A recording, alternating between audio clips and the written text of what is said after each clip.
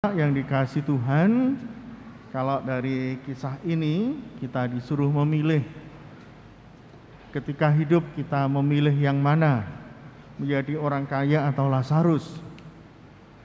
Tentu semua memilih orang kaya, ya. Tapi ketika meninggal, milih yang mana? Orang kaya atau Lazarus? Milih Lazarus. Hidup di dunia enak, hidup di akhirat juga enak.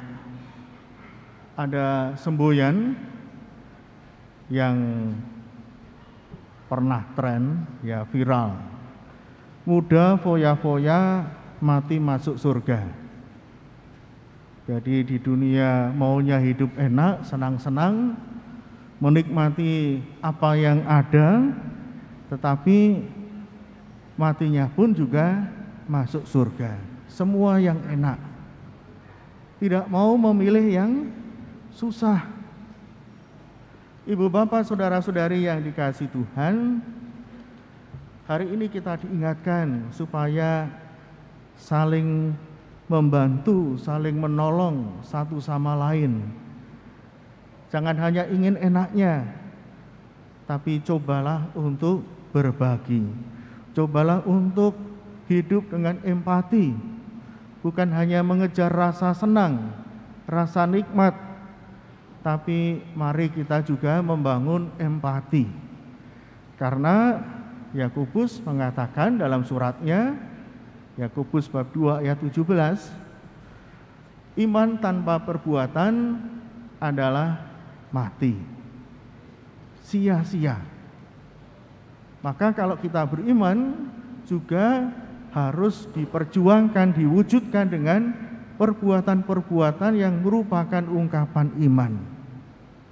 Kalau hidup hanya mengejar kenikmatan tanpa peduli orang lain, itu bukan iman. Karena iman itu seperti salib. Kita diingatkan terus, di rumah Bapak Ibu juga memasang salib, ya. Yesus tergantung di sana, mengingatkan bahwa kita diselamatkan oleh pengorbanan Tuhan Yesus yang wafat di kayu salib. Apakah penyelamatan itu selesai? Memang kita sudah punya tiket untuk masuk surga, tetapi belum terjadi. Keselamatan itu harus diperjuangkan. Maka wajah Yesus yang tersalib belum tersenyum. Wajah Yesus yang tersalib masih sedih, ya.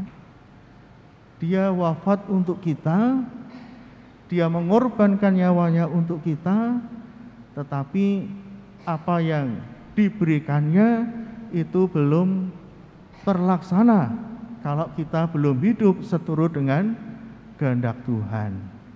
Salib juga mengingatkan kalau kita sudah diselamatkan, maka kita hendaknya juga saling menyelamatkan. Menyelamatkan kehidupan. Ibu bapak, saudara-saudari, di mata Tuhan tidak ada yang kaya dan yang miskin. Di hadapan Tuhan sama. Tinggal bagaimana kita mewujudkan iman itu dalam kehidupan kita sehari-hari. Tuhan tidak menghakimi orang kaya dan orang miskin, tapi perbuatannya itu yang dilihat. Ada orang kaya yang dengan kekayaannya menjadi lupa. Karena apa? Karena ingin menikmati apa yang ada di dunia. Semua yang disediakan oleh dunia dia ingin menikmati. Apa saja dibeli, tidak ada puasnya. Pergi dari satu tempat ke tempat yang lain, menikmati makanan yang tiap hari selalu ada yang baru. Nah, kekayaan bisa membuat kita lupa, tetapi kekayaan itu juga bisa menjadi sarana kita untuk menolong sesama. Dan sarana kita untuk ingat akan Tuhan. Tidak sedikit orang-orang kaya juga memperhatikan karyawannya. memperhatikan sesama umat, memperhatikan masyarakat. Tidak jarang pada hari-hari besar ada orang-orang, entah itu pengusaha atau apapun pekerjaannya, itu memberikan donasi. Ada yang memberikan beras untuk dibagikan, ada yang memberikan minyak goreng, ada yang memberikan bahan-bahan pokok lainnya. Ada yang sangat baik, ada orang kaya yang sangat murah hati. Bahkan di rumahnya juga dibuat ruang doa. Berapa minggu yang lalu saya juga memberkati tempat doa di rumah salah satu umat di sini. Bagus. Membuat keluarga ingat Tuhan. Tapi saya juga ingatkan, jangan lupa ingat sesama. Semoga tempat doa yang ada di rumah dan juga kegiatan doa kita mengingatkan kita untuk tidak lupa pada sesama. Suatu ketika ada juga orang yang memberikan donasi kepada gereja, dan jumlahnya bagi saya itu ya luar biasa ya. Jadi 500 juta dibawa tunai. Bayangkan itu ya. Jadi harus ngitung dulu. Karyawan yang seharusnya sudah pulang tidak jadi pulang karena harus menghitung dulu, ini pas enggak ini 500. Ternyata betul pas. Disumbangkan untuk sosial gereja. Jadi banyak orang kaya yang baik. Nah, Bapak Ibu Saudara-saudari, demikian pula banyak orang yang hidupnya pas-pasan tetapi juga baik sekali.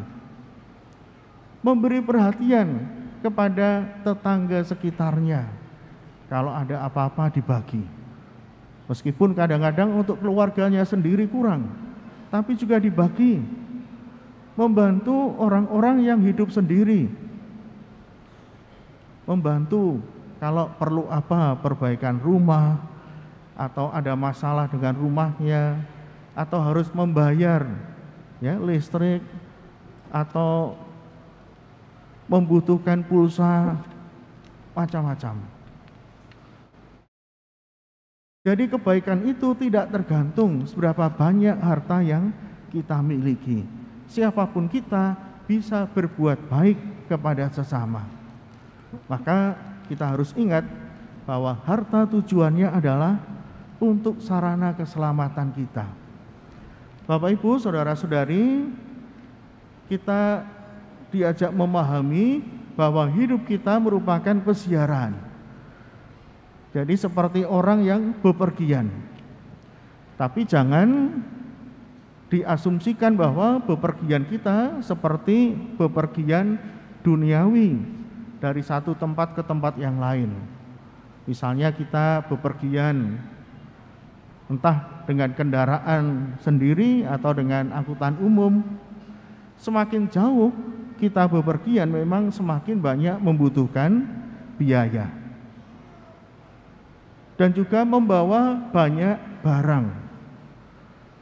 Mungkin takut kelaparan ya, di jalan takut kelaparan, maka membawa makanan.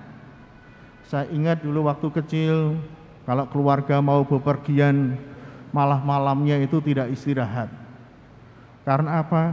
Sibuk memasak, ya, membuat arem-arem, membuat mie, buat nasi goreng, buat minuman. Untuk apa? Untuk bekal perjalanan. Memang beda dengan zaman sekarang. Yang disiapkan adalah uang, ya. Dan kalau lewat tol tentu kartu e-tolnya disiapkan. Mungkin tidak membawa banyak, tapi kalau keluarga pergi pasti barangnya banyak. Nah itu bepergian duniawi, banyak yang harus kita bawa. Kalau kita pergi dalam pesiaran iman kita, pergi kepada Bapa, apakah kita harus mengumpulkan banyak barang? Tidak. Karena tempat kita untuk menuju kepada Bapa itu sempit, ya. hanya ukurannya 1x2. Bahkan petinya pun itu tidak besar. Maka tidak perlu membawa banyak barang. Memang ada tradisi-tradisi. Ada orang yang meninggal dibawain macam-macam, bahkan pakaiannya dimasukkan. Zaman dulu juga begitu ya. Raja Fir'aun itu meninggal, barang kekayaannya juga dimasukkan ke dalam kubur. Apakah ketika ditemukan barangnya hilang? Tidak. Barangnya tetap ada di sana. Memang beruntung karena itu bisa dipakai sebagai sarana pembelajaran, ya, penelitian untuk mengetahui kehidupan orang-orang zaman dahulu. Tetapi kalau zaman sekarang orang meninggal perlu membawa banyak barang, itu juga sia-sia. Yang dibawa adalah iman kita dan perwujudan iman, perbuatan baik kita. Bapak Ibu Saudara-saudari, mari kita bersyukur kita diingatkan hari ini oleh Tuhan supaya tidak lupa hidup dengan empati pada sesama. Bukan hanya simpati saja, tapi empati. Ada perwujudan sikap untuk menolong orang lain. Semoga kita peduli dengan orang-orang di sekitar kita dan juga mereka yang membutuhkan bantuan. Berkat Tuhan menyertai kita. Amin.